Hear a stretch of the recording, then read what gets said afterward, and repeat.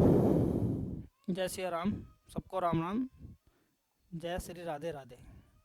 आज समाज की क्लास चलाएंगे और समाज इतने बढ़िया करके पढ़ाएंगे जो आज तक तुमने समाज कभी पढ़े ही नहीं होंगे। ठीक है, ऐसे समाज कभी तुमने पढ़े ही ना होंगे। ठीक है, समास देखो, समास, ठीक है, समास दो शब्दों से मिलकर बना है, सम प्लस आस। सम प्लस आस, सम प्लस आस। सम का मतलब पास या समीप या निकट। निकट, ठीक है। आस का मतलब है बैठना या बैठाना या आसन। आसन का भी मतलब होता है बैठाना, यानी धरती पर बैठाना। ठीक है। समास का शाब्दिक अर्थ है, समास का शाब्दिक अर्थ, समास का शाब्दिक अर्थ है संक्षिप्त करना, संक्षिप्त करना या संक्षेप,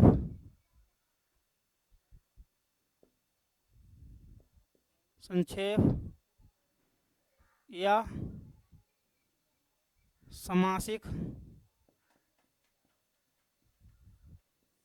पद या समस्त पद। पद अर्थात, अर्थात छोटा करना, पदों को, पदों को छोटा करना। जैसे मान ले जाए, जैसे मान ले जाए हवन के लिए सामग्री लाना। हवन, हवन के लिए सामग्री,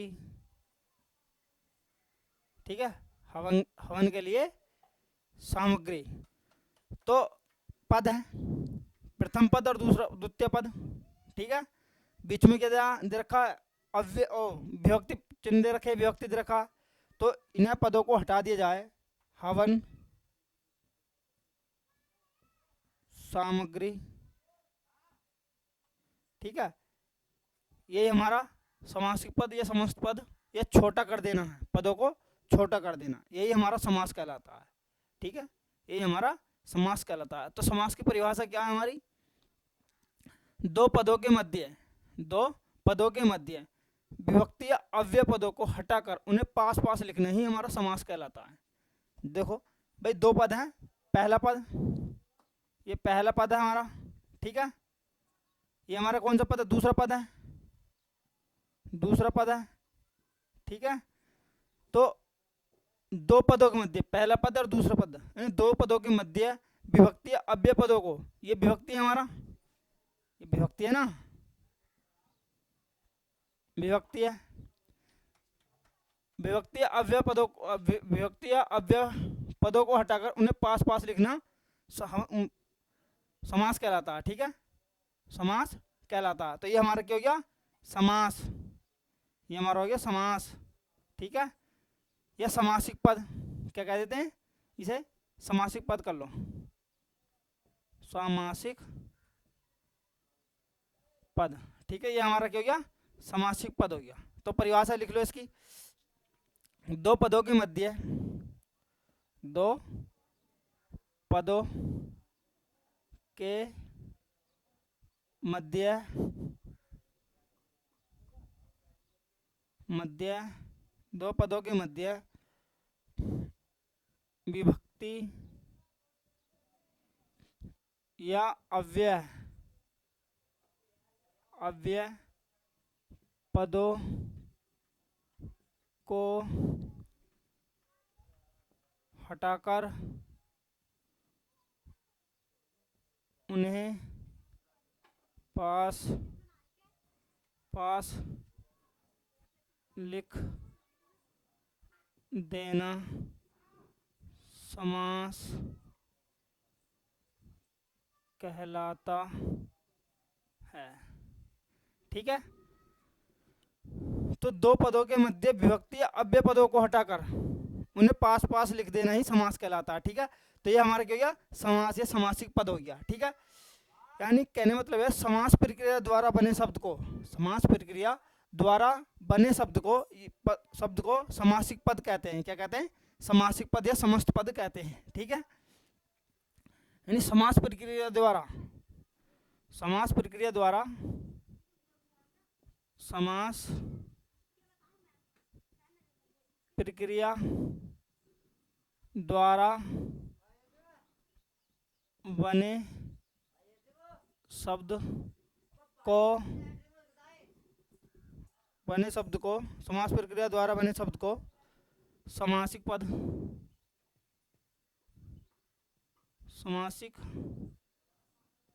पद कहते हैं।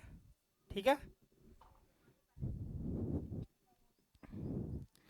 तो समास प्रक्रिया द्वारा बने शब्द को क्या कहते हैं, समासिक पद कहते हैं। ठीक है, ये हमारा क्या हो गया, समासिक पद हो गया। ठीक है, समासिक पद हो गया। इसे नोट कर लो, नोट कर लो, नोट कर लो, स्क्रीनशॉट ले लो इसका। ठीक है, स्क्रीनशॉट ले लो इसका, जल्दी से स्क्रीनशॉट ले लिया होगा। ठीक है, इसे बिछा देते हैं। ठीक है,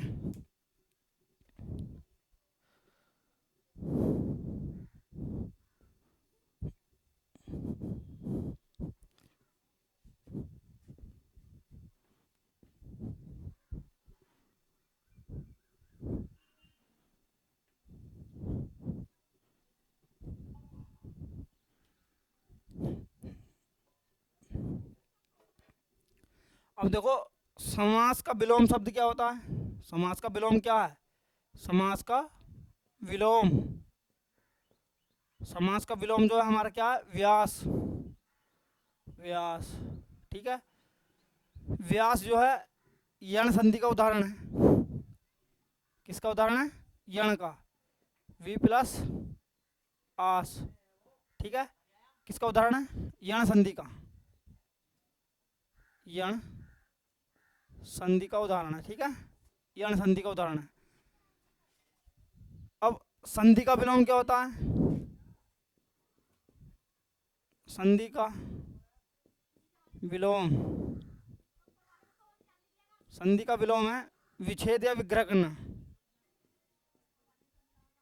विच्छेद या विग्रह करना। ठीक है, समास का विलोम व्यास जो यण संधि का उदाहरण है। ठीक है, वी प्लस आस दो शब्दों से मिलकर बना है ये भी। संधि का विलोम है विच्छेद या विग्रह करना। ठीक है, हिंदी में समास 6 प्रकार के हैं। हिंदी में समास, हिंदी में समास के 6 भेद हैं, 6 भेद हैं। हिंदी में समास के 6 भेद हैं। ठीक है, जैसे नंबर 1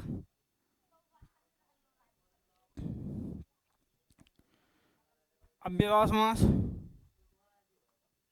अव्यय भाव समास। ठीक है, दूसरा है द्वंद्व समास,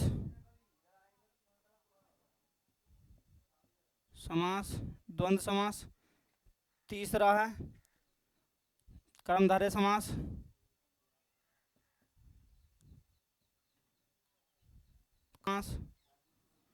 चौथा है द्विगु समास,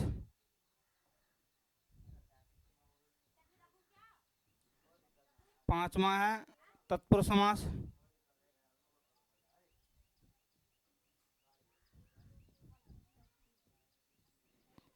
छठा है बहुव्रीहि समास,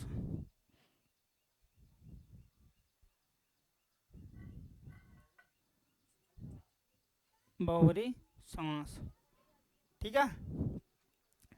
हिंदी में समास के 6 वेद हैं: अव्ययभाव समास, द्वंद्व समास, कर्मधारय समास, द्विगु समास और तत्पुरुष समास और बहुव्रीहि समास। अगर क्वेश्चन पूछ लिया जाए कि प्रधानता के आधार पर समास के कितने वेद हैं, प्रधानता के आधार पर समास के 4 वेद हैं। कितने वेद हैं? 4। क्वेश्चन पूछ लिया जाता है कभी कभार की प्रधानता के आधार पर समास के कितने वेद हैं, तो 4 वेद बताना। ठीक है। अब देखो कैसे होंगे समानता प्रधानता के आधार पर।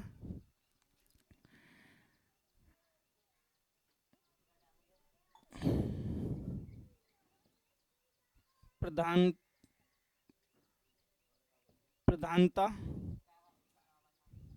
के ऐसे लिखो,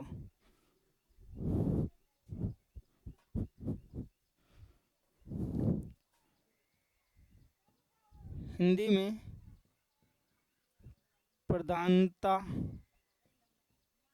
के आधार पर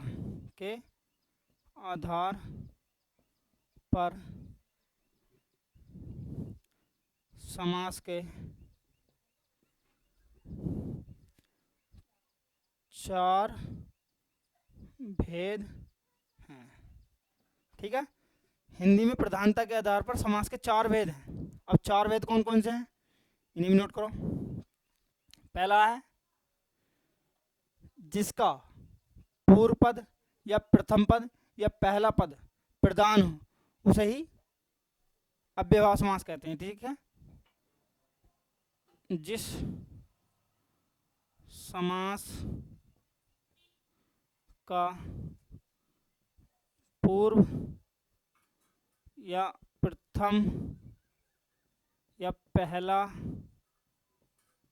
पद प्रधान हो, ये अव्ययभाव समास है।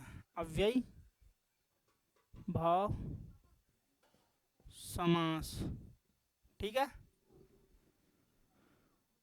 दूसरा है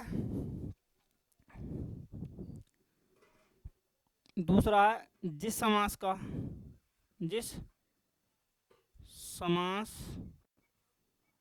का उत्तर पद उत्तर या दूसरा या द्वितीय पद प्रधान हो, यह हमारा तत्पुरुष समास है। तत्पुरुष समास।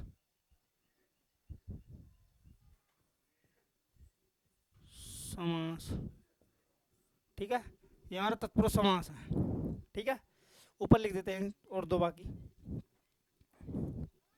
ये तो तार लिया होगा।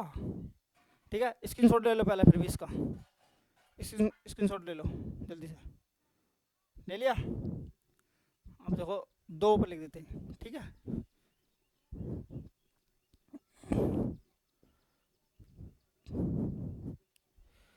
अब देखो जिस समास का तीसरा है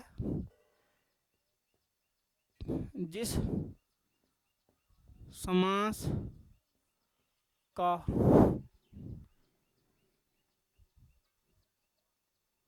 जिस समास के दोनों पद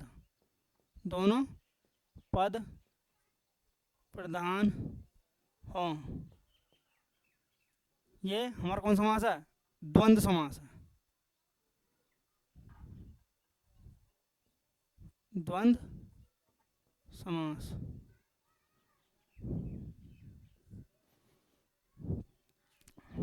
चौथा है जिस समास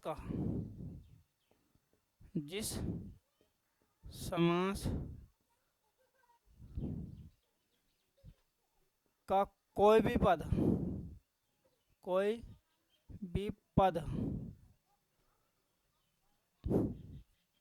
प्रधान न हो,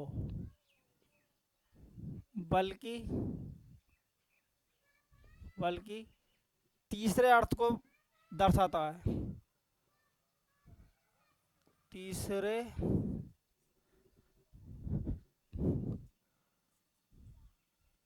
अर्थ को व्यक्त करता है। ठीक है, उसे कहते हैं बहुब्रीहि समास, बहुब्रीहि समास। ठीक है, अगर हिंदी क्वेश्चन पूछ लिया कि हिंदी में केवल पूछ लिया हिंदी में समास के कितने भेद हैं तो 6 बताना। कितने बताना? 6 भेद बताना। हिंदी में समास के कितने भेद हैं? 6। अगर पूछ लिया कि प्रधानता के आधार पर समास के कितने भेद हैं तो 4 बताना। कितने बताना? 4। ठीक है, तो अब 2 कहाँ चले गए? तो ये हमारे तत्पुरुष समास के ही कर्मधारय और द्विगु, कर्मधारय और द्विगु दोनों तत्पुरुष समास के ही उदाहरण हैं। किसके? तत्पुरुष समास के ही उदाहरण है। इसका भी उत्तर पद प्रधान होता है, इसका भी उत्तर पद प्रधान होता है। ठीक है, इसलिए तत्पुरुष समास के ही उदाहरण है, मतलब भेद है। ठीक है, तो स्क्रीनशॉट ले लो जल्दी से इसके स्क्रीनशॉट ले लो।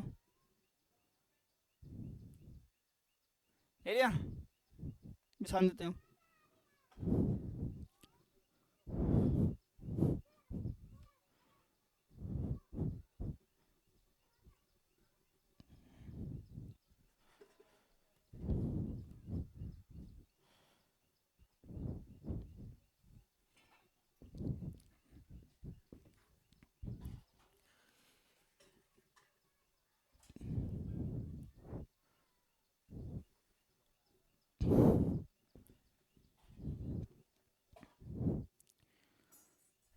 तत्पुरुष समास के 2 भेद हैं। ठीक है, तत्पुरुष समास के 2 भेद हैं। पहला है समानाधिकरण,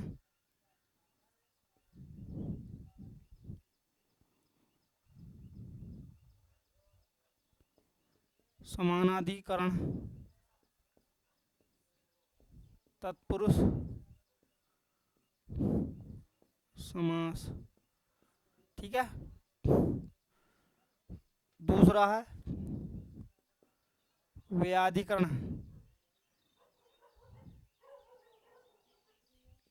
व्याधिकरण तत्पुरुष समास। ठीक है, समानाधिकरण में तत्पुरुष समास और व्याधिकरण तत्पुरुष समास। ठीक है, तत्पुरुष समास के कितने भेद बताए गए? 2, समानाधिकरण तत्पुरुष समास और व्याधिकरण तत्पुरुष समास। ठीक है, समानाधिकरण तत्पुरुष समास में जहां पर पदों के आधार समान हो वहां पर समानाधिकरण तत्पुरुष समास होगा, और जहां पर पदों के आधार अलग अलग हों वहां पर व्याधिकरण तत्पुरुष समास होगा। ठीक है, समानाधिकरण तत्पुरुष समास 6 प्रकार का, 2 प्रकार का है, और व्याधिकरण तत्पुरुष समास 6 प्रकार का है। ठीक है, इसे भी नोट कर लो। जहां पर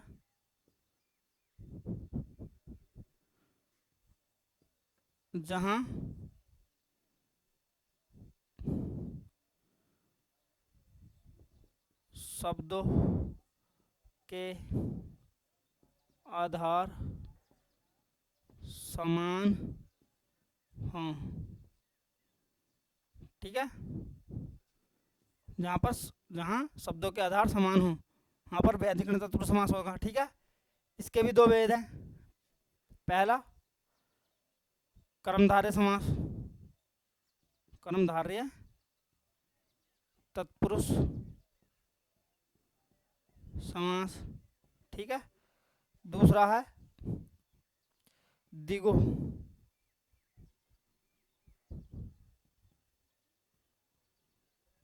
द्विगु तत्पुरुष समास। ठीक है, अब इसकी डेफिनेशन क्या? जहां शब्दों के आधार अलग अलग हों वहां पर व्यधिकरण तत्पुरुष समास होता है। ठीक है, जहां शब्दों के आधार अलग अलग हों, ठीक है, वहां व्यधिकरण तत्पुरुष समास होगा। इसके 6 भेद है। इसके कितने भेद हैं? 6 भेद।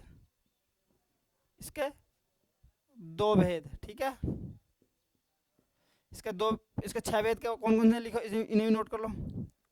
पहला कर्म तत्पुरुष समास, तत्पुरुष समास। ठीक है,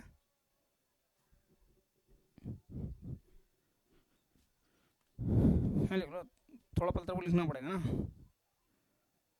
पहला है कर्म तत्पुरुष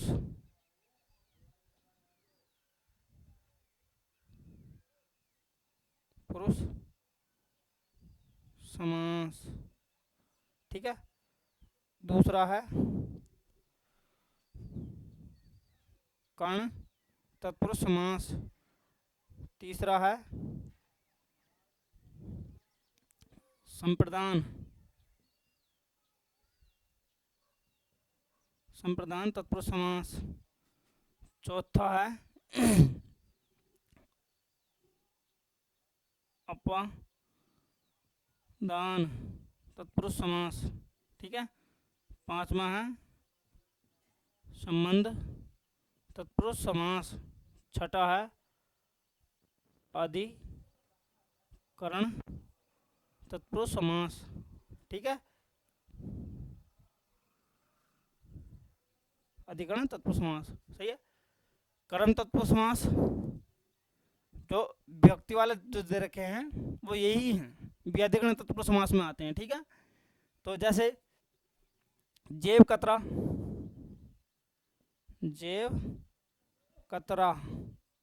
तो इसका क्या हो जाएगा?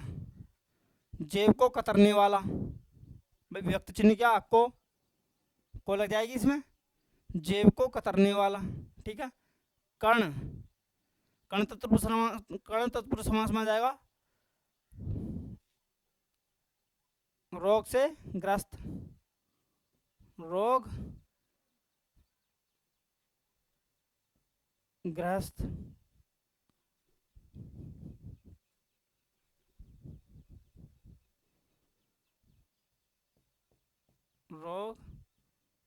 ग्रस्त। ठीक है, इससे हो जाएगा रोग से ग्रस्त। संप्रदान के लिए तो यहाँ पर हो जाएगा प्रयोगशाला,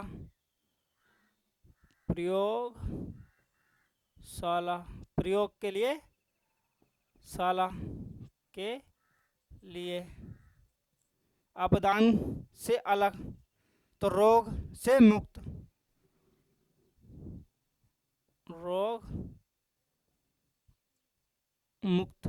तो से मुक्त हो जाएगा, रोग से मुक्त। संबंध में आ जाएगा राजपुत्र, तो यहाँ पर क्या जाएगा? राजा का पुत्र। ठीक है, और अधिकरण में आ जाएगा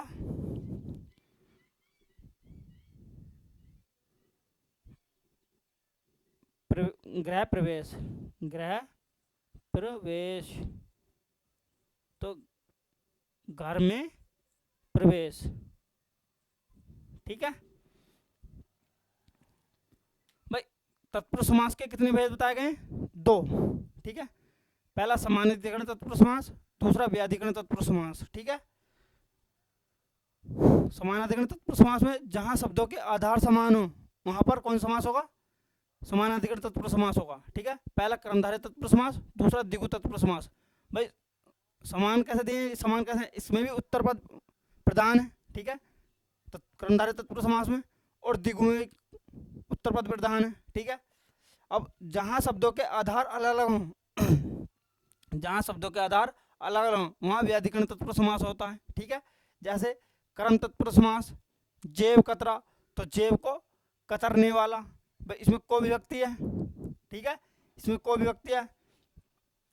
कर्ण तत्पुरुष समास, तो रोगग्रस्त, तो रोग से ग्रस्त, ठीक है। संप्रदान, तो संप्रदान के लिए, तो प्रयोग के लिए शाला, तो प्रयोगशाला इसमें के लिए। अपदान, तो अपदान में रोग मुक्त, तो रोग से मुक्त, से व्यक्ति है, से अलग हो रहा है ना, रोग से मुक्त हो रहा है, यानी रोग जो है वो रोग से मुक्त हो गया कोई व्यक्ति, ठीक है। संबंध के लिए, काकी के रारी रे नानी ने, ठीक है। तो राजपुत्र, तो राजा का पुत्र का आ गया। अधिकरण में पर, यानी घर में प्रवेश, ठीक है। तो समझ में आ गया व्यधिकरण तत्पुरुष समास क्या है और समानाधिकरण तत्पुरुष समास क्या है। जहाँ शब्दों के आधार समान हो वहाँ समानाधिकरण तत्पुरुष समास, और जहाँ शब्दों के आधार अलग अलग हो वहाँ व्यधिकरण तत्पुरुष समास होता है, ठीक है। इसका स्क्रीनशॉट ले लो जल्दी से। आगे की क्लास हम कंटिन्यू कल करेंगे जो रह गया है। और हमारी जो क्लास पसंद आई हो तो हमारी क्लास शेयर करें, कमेंट करें और सब्सक्राइब करें और लाइक करें। और सब्सक्राइब करने के बाद घंटा जरूर दबाना, घंटे वाला बटन को, जो कि हमारी वीडियो बने और सबसे पहले आपके पास पहुँचे। जय सिया राम, जय जय राम, सबको राम राम।